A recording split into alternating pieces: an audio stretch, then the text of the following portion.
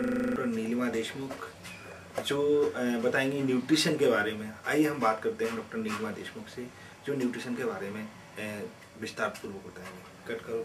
आज हमारे साथ में है डॉक्टर नीलिमा देशमुख जो हमें आज न्यूट्रिशन के बारे में बताएंगे। आइए बात करते हैं डॉक्टर नीलिमा देशमुख से और पूछते हैं न्यूट्रिशन के बारे में कुछ सवाल। एक बहुत ही इम्पोर्टेंट और अलग सब्जेक्ट है। मेरा मानना है कि अगर आप सही आहार लेते हैं तो आप बहुत सारी बीमारियों से बच सकते हैं। जैसे एक WHO की रिसर्च आती रहती है मेरे पास, उसकी रिपोर्ट एक आपको मैं उदाहरण दूंगी।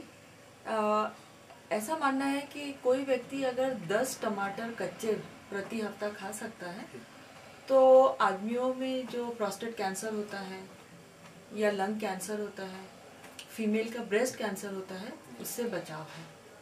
2 से 3 कली लहसुन खाने से आपका कोलेस्ट्रॉल नॉर्मल हो सकता है या होता है। ये मैं देखती हूँ अपने सेंटर में सब करके अप्लाई।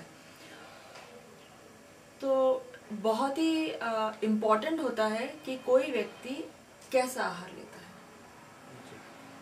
है। भारत में कितनी ज़रूरत है न्यूट्रिशन की, और लोग यहाँ पे जो गरीबी है भारत में, तो कितना इम्पोर्टेंट है न्यूट्रिशन मैनेजमेंट इंडिया में? ये बहुत ही इम्पोर्टेंट है क्योंकि बहुत ज़्यादा हमारे यहाँ कुपोषण की बीमारी देखने में आती है।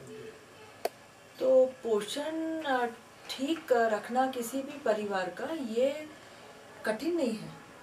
कठिन इसलिए नहीं है कि अगर थाली में दाल, रोटी, सब्जी हो, चावल हो, तो किसी भी परिवार को या बच्चे को कुपोषण से हमें बचाया जा सकता है। तो बहुत ज़्यादा ज़रूरत है। कुपोषण के अलावा जो अतिपोषण की जो आजकल समस्या जो आ रही है, जिसमें जो फैमिलीज होती हैं, उनके बच्चे हैं जिनको मोटापा हो रहा है, तो ये जो न्यूट्रिशन मैनेजमेंट में उसके अंतर्गत इसमें और क्या क्या चीज़ें हो सकती हैं?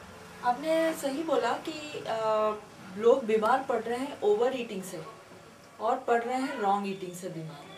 ओवर ईटिंग, रॉन्ग ईटिंग क्या होता है कि ये सारा कन्वर्ट हो जाता है फैट में, और फैट हमारे स्किन के नीचे डिपॉजिट हो जाता है और लोगों का बढ़ने लगता है वेट।